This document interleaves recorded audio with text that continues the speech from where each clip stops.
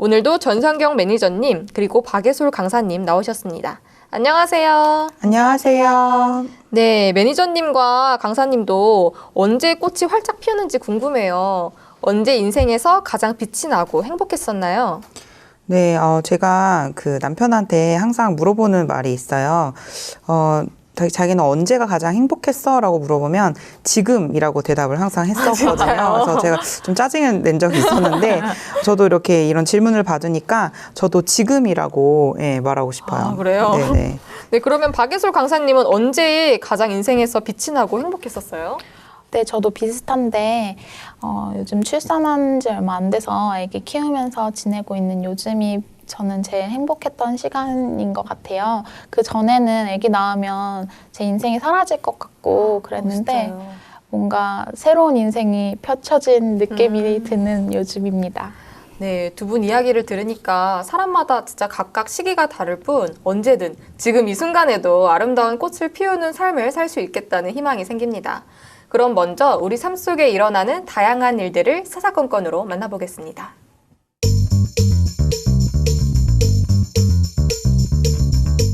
우리 주변에 충분히 막을 수 있는 사고, 또 안타까운 사연, 사례가 많습니다. 이런 사건 한 건 한 건 들여다보며 마음의 세계를 살펴볼 수 있는 시간, 사사건건입니다. 최근 유튜브와 소셜미디어, SNS 등에서 인기를 끄는 콘텐츠 제작자, 이른바 인플루언서들이 업체에서 대가를 받고도 내 돈 내산, 내 돈 주고 내가 산 물건처럼 제품을 홍보한 일이 뒤늦게 알려져 논란이 되고 있습니다. 구독자 470만 명을 보유한 유튜버 MC는 자신의 유튜브 채널 커뮤니티를 통해 뒷광고 논란에 대해 사과했습니다. 뒷광고는 콘텐츠에 광고나 협찬이 포함되었음에도 이를 제대로 표시하지 않는 것을 말합니다. 또한 유튜브 개인 채널을 운영하는 패션 스타일리스트 H씨와 가수 K씨의 뒷광고 논란이 불거졌습니다. 구독자 80만 명을 보유한 H씨는 홍보비 수천만 원을 받은 신발을 힘들게 구했다며 소개했다가 탄로나 사과 영상을 올렸습니다. 특히 H씨는 그동안 자신이 직접 구매한 것처럼 다양한 패션 아이템 등을 소개해오고 돈을 무더기로 썼다며 자신의 경험담을 얘기해왔기 때문에 구독자들이 느낀 배신감은 더 컸습니다. K씨도 별도의 광고 표기 없이 제품을 소개해 논란에 휩싸였습니다. 뒷광고 논란에 휘말린 유튜버들에 대한 비판은 실로 쌀벌하고 그 비판의 강도가 너무 강력해 몇몇 유튜버들은 사과 영상을 통해 울음을 터뜨리기도 했으며 심지어 은퇴를 선언하며 다시는 돌아오지 않을 것이라고 말하기도 합니다. 누리꾼 등 시청자들은 이 사실을 모르고 방송에서 공개된 물건 등을 구매해 사실상 사기를 당했다고 토로하고 있습니다. 시청자들은 결국 소비를 기만하는 것이라면서 비판 댓글, 또 구독 취소 등을 통해 항의 표현을 이어가고 있습니다. 요즘 유튜버들이 활동을 많이 하고 또 수익을 많이 벌어들이고 있지만 앞에 보이는 이익 때문에 이런 뒷광고 논란으로 네티즌들의 문매를 맞고 또 아예 유튜브 활동을 못하게 되고 연예인의 경우에는 지금까지 쌓아올린 인지도에 마저 먹칠을 하게 되었습니다. 네, 겉으로 보기엔 좋아 보이고 멋있어 보이지만 눈앞에 보이는 이익만 따라가다가 비난을 받는 결과가 되었네요. 그러면 이런 어리석음은 왜 나오게 되는 것인지, 자신이 생각하는 생각만 가지고 살 수밖에 없는 것인지 박예솔 강사님의 강연을 통해 알아보겠습니다. 강사님.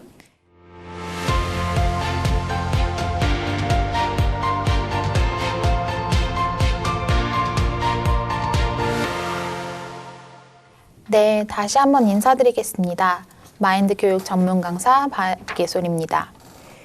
사사건건에서 이야기해 주신 것처럼 유튜버들이 뒷광고를 받는 이유는 자기가 이렇게 해도 들키지 않을 것이라고 생각하고 또 대놓고 광고하는 것보다 자연스럽게 광고하면 광고주들이 더 좋아하니까 돈도 더 많이 벌고 또 광고성 유튜브로도 안 보여서 괜찮겠다고 생각했기 때문입니다. 남들보다 내가 더 똑똑하다고 생각하고 이 방법이 괜찮다고 여기기 때문에 잘못된 방법임에도 불구하고 나는 안 걸릴 것이라고 생각하게 되는 것이죠. 뒷광고를 받아 대중들을 속이고 결국 대중들에게 질타를 받은 사람들처럼 자신의 이익을 위한 불순한 마음이 섞여 있는 지혜는 결국 바람직한 결과를 가져오지 못합니다. 겉으로 보기에는 좋아 보이고 지혜로운 방법 같아 보이지만 결과적으로는 어리석은 방법밖에는 되지 않는 겉으로만 코팅된 지혜인 것입니다. 많은 사람들은 자신이 잘하는 부분에 대해 자신감을 가지고 스스로를 지혜롭다고 생각하는 경우가 있습니다. 그러나 자신을 믿고 자기 스스로 지혜롭다고 여기는 것은 어리석을 때가 많이 있습니다. 참된 지혜는 순수하고 주변 사람들에게도 유익을 가져다주고 본인에게도 행복하게 할 수 있지만 자신을 믿는 마음에서 나오는 지혜는 자신의 이익을 위해 남을 해할 수 있거나 시기하는 불순한 마음이 섞여 있기 때문에 결국 자신도 망하게 할 수 있는 결과를 초래하게 됩니다. 네, 그런데 사실 내가 잘했던 일, 또 성공했던 일에는 누구나 자신감을 가지게 되고 또 자신 있어 하고 그 부분에 있어서만큼은 자신을 높게 평가하고 또 자신을 믿게 되어버리는 것 같아요. 그런 마음을 따라가다 보면 자연스럽게 좀 더 내 이익을 위한 쪽으로 마음이 흘러가서 잘못된 방법을 선택하게 되기도 해서 내 안에서 들어지는 생각이 다 좋은 것 같아 보이고 또 지혜로운 생각인 것처럼 착각하게 되는 것 같아요. 맞습니다. 사람들은 누구나 자기를 믿습니다. 그런데 그렇게 자기를 믿고 자신을 높게 평가하면 누구의 이야기도 귀에 들어오지 않습니다. 어떤 말이든 마음에 맞는 것만 골라 듣고 늘 상대방을 가르치려고 하고 주변 사람들을 힘들게 하게 되는 것입니다. 제가 예전에 한식 조리사 자격증을 따보려고 학원에 다닌 적이 있었는데요. 그때 같이 학원에 오신 아주머니가 그동안 전업주부로만 살았는데 자녀들도 다 성장해 취직해서 이제 새로운 인생을 살아보고 싶어서 가장 자신 있는 음식을 시작해 보려고 자격증을 따러 오신 분이셨습니다. 같이 선생님의 설명을 듣고 따라 음식을 조리하는데 한식 조리사 자격증이라는 게 음식을 맛있게 만드는 법을 배우는 것이 아니라 식재료와 식기류를 다루는 기능을 배우고 평가하는 것이어서 시험에서 요구하는 요구사항들은 소고기, 표고버섯, 오이는 각각 두께와 폭이 0.3cm, 길이가 5cm 되게 채로 썰어 양념하여 볶으시오. 이런 식이었습니다. 그런데 실제로 가정에서는 이렇게 크기를 맞춰서 조리하지 않잖아요. 네네. 그래서 그 아주머니께서 항상 조리 연습을 하시면서 이렇게 하면 짜투리 부분은 버려야 하잖아. 집에서는 이렇게 안 하는데. 이상해 이거. 라고 이야기하면서 가정에서 해왔던 대로 뚝딱뚝딱 빠르게 썰어서 조리하셔서 제출하시곤 하셨습니다. 그때도 선생님께서 이렇게 하시면 시험장에서 크기가 너무 두꺼워서 떨어지세요. 집에서 연습해 보실 때는 적혀있는 요구사항대로 맞춰서 연습해 보세요. 라고 이야기해 주셨습니다.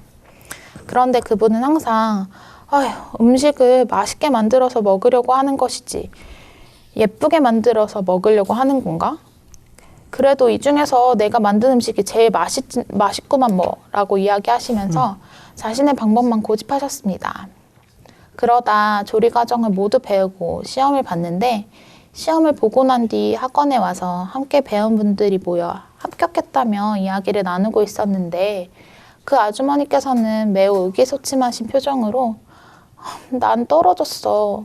내가 음식 하나는 자신 있었는데 나이를 먹어서인지 이렇게 시험 보고 자격증 따는 게 너무 어렵네 라고 이야기하셨습니다. 그 아주머니께서는 학원에 나오는 젊은 사람들보다 훨씬 음식도 더 많이 해보고 칼질도 훨씬 잘하는데 왜 떨어지셨을까요? 그동안 음식을 많이 해봐서 나는 잘해. 내가 한 음식은 맛있잖아 라는 생각이 마음속에 가득했기 때문에 시험에서 요구하는 요구사항도 선생님의 조언도 하나도 듣지 않고 자신의 생각대로 습관대로 시험을 치렀기 때문에 음식 한번 해보지 않았던 어린 친구들도 합격한 시험에서 떨어지게 된 것입니다. 와, 그 아주머니 진짜 충격이 크셨겠어요. 자신이 잘한다는 생각 때문에 자신의 지혜만 믿다가 결국에는 혼자 불합격의 쓴맛을 보게 됐네요.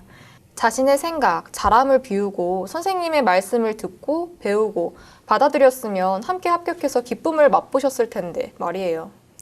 맞습니다.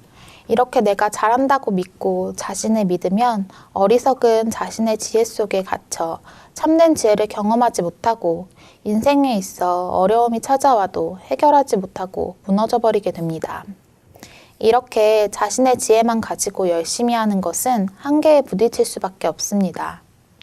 반면에 자신에게서 벗어나 자신 밖에서 오는 지혜를 받아들이면 자신에게는 없는 참된 지혜와 그 지혜로 오는 희망, 편안, 기쁨이 어렵고 힘든 삶을 바꿀 수 있습니다.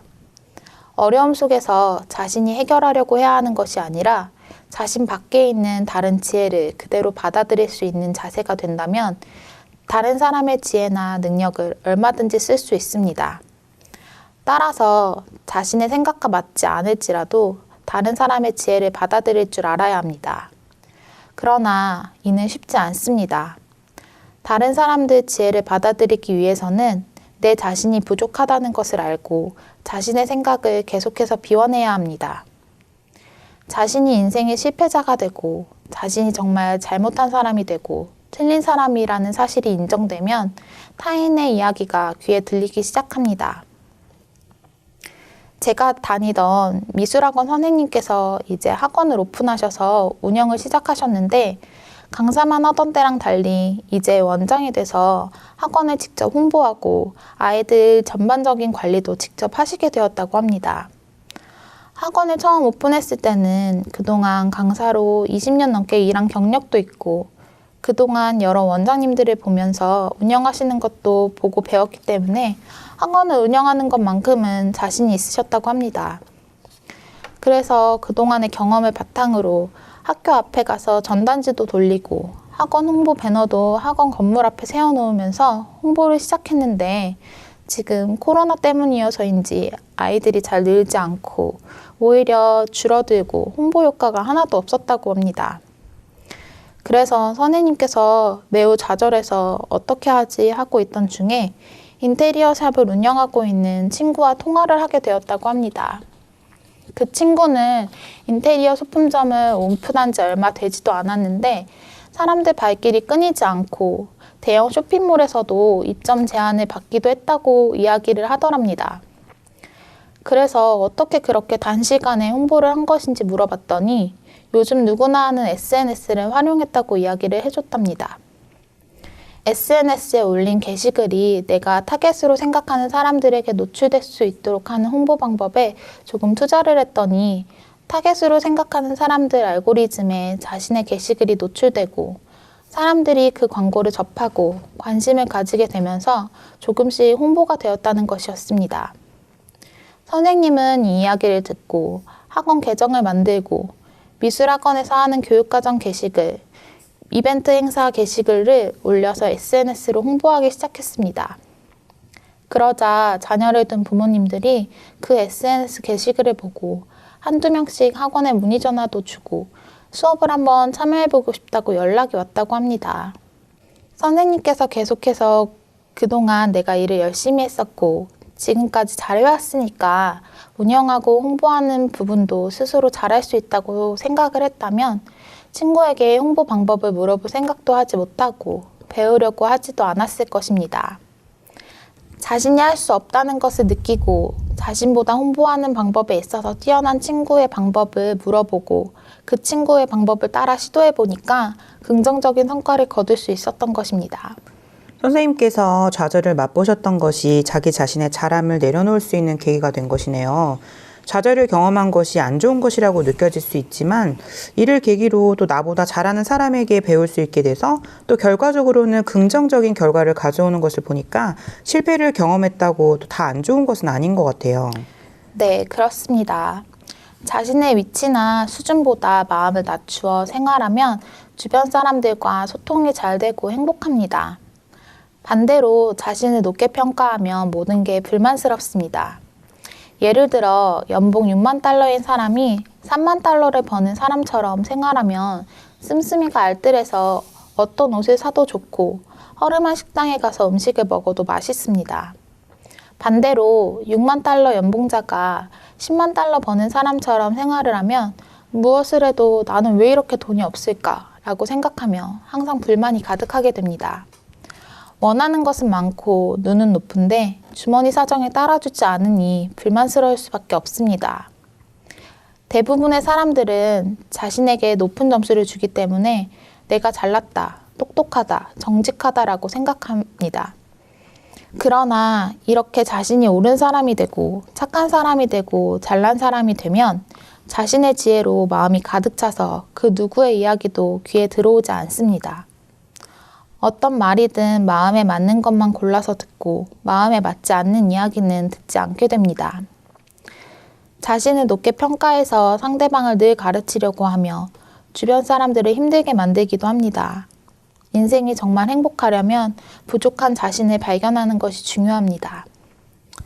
이전에 사업을 잘하면서 잘 나가던 60대 노인분이 계셨는데 이분은 이전에 아무나 사업하나? 회사는 나처럼 잘난 사람이 운영해야 돼 라고 생각하며 자신만만해하고 아내를 보아도 저 사람은 평범한 여자였는데 나를 만나서 저렇게 사모님 소리를 들으면서 살지 라고 생각했었습니다. 그러다 회사에 어려운 일이 생겼고 그동안 자신이 맡아서 안 되는 일이 없었기 때문에 금방 해결될 줄 알았으나 결국 부도가 나고 부도가 나자 직원들은 뒤도 돌아보지 않고 떠나게 되었습니다. 그때 내가 똑똑해서 회사를 잘 운영하는 줄 알았는데 그게 아니구나 라는 사실을 깨달았다고 합니다. 내가 잘 나갔을 때가 있었지만 그게 내가 잘나서 그런 것이 아니었구나. 내가 잘나서 그랬다면 지금 이 상황도 잘 해결해야 하는데 내게는 해결할 능력이 없어 라고 생각한 뒤 삶의 태도가 달라졌습니다. 자신이 잘난 줄 알았을 때는 누구의 이야기도 듣지 않았지만 이제는 자기 생각이나 주장을 내세우지 않고 남의 이야기를 경청하는 사람이 되었다고 합니다. 네, 회사가 망하고 직원들이 다 떠나가는 실패를 경험하고서야 드디어 자신의 모습을 발견했네요. 겉으로는 회사가 망하고 혼자가 되어서 안 좋아 보일 수 있지만 비로소 자신의 생각에서 벗어나 다른 사람들의 이야기를 경청할 수 있는 사람이 되었습니다. 이분에게 있어서 실패가 결코 나쁜 일이었다고만 할 순 없겠네요. 이분에게 있어서 실패가 자신을 발견할 수 있는 계기가 된 것이었죠. 인생에 있어서 실패자가 되어보기도 하고 자신이 정말 잘못한 사람이고 틀린 사람이라는 것을 깨닫고 인정했을 때 자신의 지혜에서 벗어나 다른 사람이 하는 이야기가 귀에 들리고 자신 밖의 지혜에 귀를 기울일 수 있습니다. 우리가 어려움과 고통 속에 사는 것은 지혜가 부족하고 자신의 생각 속에 갇혀있기 때문입니다. 어려움을 만났을 때 자신의 지혜로 해결하려고 발버둥 쳐야 하는 것이 아니라 자신 밖에 있는 지혜를 그대로 받아들이는 자세를 가지면 됩니다. 다른 사람의 지혜를 그대로 받아들일 수 있다면 다른 사람의 지혜나 능력을 얼마든 끌어다 쓸 수 있습니다. 따라서 우리는 자신의 생각과 맞지 않을지라도 다른 사람의 지혜를 받아들일 줄 알아야 합니다. 내 지혜가 1이라고 했을 때 자신의 지혜를 괜찮게 여기고 그것만 고집하면 1로만 살 수밖에 없습니다. 그러나 나는 1밖에 안 돼. 내 밖의 지혜가 필요해 라고 생각하며 다른 사람의 지혜를 끌어다 쓰면 1이 3이 되고 5가 되고 10이 되어서 전혀 다른 삶을 살 수 있을 것입니다. 자신의 지혜가 어떠하든 자신 밖의 지혜를 더 많이 받아들일수록 더욱 지혜로운 사람이 됩니다.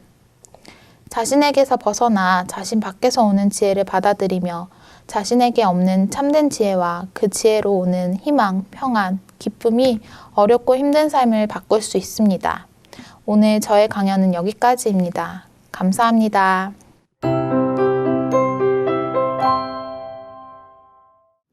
네, 다른 사람의 지혜를 그대로 받아들이면 그 사람의 지혜나 능력을 얻을 수 있지만 자신이 최고라고 생각하면 다른 사람에게서 배우려고 하지 않게 되네요. 네, 제가 강연을 들으면서 생각난 TV 프로그램이 하나 있는데요. 백종원 대표 아시죠? 네. 네, 그분이 일반 식당에서 맛을 보고 또 날카로운 평가를 하는 프로그램이 있어요. 그 프로그램 다들 아시죠? 네네, 그 골목에서 하는 네네. 거잖아요. 백종원 대표가 이런 건 장사하면 안 된다, 노골적으로 피드백을 하는 식당들이 많아요. 하지만 내가 실패하겠구나라는 마음이 온 식당 주인은 보고 듣고 배우면서 맛이 변하게 되고 또 서비스가 변하고 인테리어가 변하고 또 마음가짐 등 모든 것이 바뀌면서 좋아지는데 반면에 백종원 대표가 아무리 뭐라고 하고 솔루션을 제시해도 자기 생각대로 나간 식당 주인은 변화가 없고 오히려 네티즌들의 질타를 받더라고요. 이렇게 마음에서 정확한 실패를 한 사람은 외부에서 오는 지혜를 받아들이는 것 같아요. 저도 그 프로그램 자주 보는데 볼 때마다 안타까운 마음이 들 때가 있습니다. 식당 운영이 잘 되지 않고 손님이 잘 오지 않아서 도움을 받으려고 그 프로그램에 나온 것인데 가끔 백종원 대표님이 해주는 조언을 듣지 않고 내 음식이 맛있는데 대표님 입맛이 이상한 것 같다. 내가 생각한 요리 방법이 더 맛있게 만드는 것 같다라고 이야기하는 모습을 볼 때가 있습니다. 분명 장사가 잘 되지 않아서 그 원인을 찾고 솔루션을 받으려고 그 프로그램에 나온 것일 텐데 누구보다 장사를 잘하는 전문가의 의견은 듣지 않는 것을 볼 때 자신의 생각으로 가득 차 있으면 나보다 경험도 많고 더 지혜로운 사람의 말도 들리지 않는구나라는 것을 다시 한번 느낄 수 있었습니다. 반면에 나는 장사도 처음이고 내가 하니까 정말 장사가 잘 안 돼서 대표님의 도움이 꼭 필요합니다. 배우고 싶습니다. 라는 마음으로 대표님을 대하는 사장님들은 대표님의 조언을 받아들이고 연습하고 또 연습해서 차근차근 발전해가는 모습을 볼 수 있었습니다. 이처럼 자신이 옳고 잘한다고 생각해 자신의 지혜로 가득 차 있을 때는 아무리 성공한 사람의 지혜라고 할지라도 귀 기울이지 못하고 그 지혜를 끌어다 쓸 수 없습니다. 자신의 부족함을 인정하고 다른 사람의 지혜를 받아들이는 자세를 가졌을 때 어려움에서 벗어날 수 있고 발전할 수 있습니다. 네, 강사님의 이야기를 들으니까 저도 대학교 때 수업이 생각이 나는데 대학교 전공 과목 중에 창업론이 있었거든요. 만약 창업을 하게 되면 어떤 아이템과 가격 선정, 그리고 창업 비용, 시장 조사 등 해야 될 게 무지 많았었는데 그때가 4학년 마지막 학기여서 그런지 학생들 중에 이미 창업을 계획을 했던 학생들이 좀 있었거든요. 그래서 그런 학생들은 이미 준비를 많이 해서 그런지 굉장히 자신만만하더라고요. 점점 발표 날은 다가오는데 저는 어떻게 시작해야 될지 너무 막막했는데 아프리카 말리에 같이 해외 봉사 갔던 친구랑 연락을 하다가 거기에서 먹었던 빠뜨를 아이템으로 했으면 좋겠다고 이야기하더라고요. 그 빠뜨가 뭐 야채랑 고기랑 계란 이런 거 들어갔었거든요. 근데 처음에는 무슨 아프리카 음식을 아이템으로 하냐 하면서 무시를 하려고 했었는데 아무리 고민해도 저에게는 아이디어가 없어서 그걸 가지고 발표를 했었거든요. 근데 제 예상과 반대로 교수님이 너무 신선한 아이템이라고 좋아하시더라고요. 발표 점수를 그때 제가 제일 잘 받았었는데 제가 점수 잘 받을 거라고 생각했던 그 창업을 하려고 했던 동기들은 그 선정했던 상권과 아이템이 맞지 않아서 오히려 낮은 점수를 받았거든요. 교수님께서 그 사업은 망할 것 같다고 했었는데 오랜 시간 동안 창업 준비를 했지만 전문가인 교수님이 봤을 때 망하는 사업이었던 거죠. 이 일을 통해서 나에게는 지혜가 없었는데 주위 사람들과 교류하면 더 좋은 결과를 얻게 된다는 걸 너무 실감했습니다. 주은 씨가 친구의 말이 마음에 맞지 않았지만 그 친구의 지혜를 받아들일 수 있었기 때문에 결과적으로 가장 좋은 점수를 받을 수 있었네요. 네. 이처럼 우리는 우리 마음에 맞지 않으면 다른 사람의 이야기를 귀 기울여 듣지 않으려고 하고 내 생각대로 따라가려는 마음이 들 때가 있지만 내 생각을 버리고 다른 사람들과 교류를 통해 얻은 지혜를 따라가다 보면 내가 생각했던 것보다 훨씬 긍정적인 결과를 가져올 때가 많이 있습니다. 우리는 내가 잘났다, 내가 최고다라는 생각에서 벗어나 자신 밖의 지혜를 얻고 내 삶에 적용하다 보면 삶이 보다 평안해지고 행복해질 수 있을 것입니다. 네, 오늘 자신의 지혜가 아닌 자신 밖의 지혜를 더 많이 받아들일 때 더욱 지혜로운 삶을 살 수 있게 된다는 걸 알았습니다. 오늘도 두 분 나와주셔서 감사합니다. 감사합니다.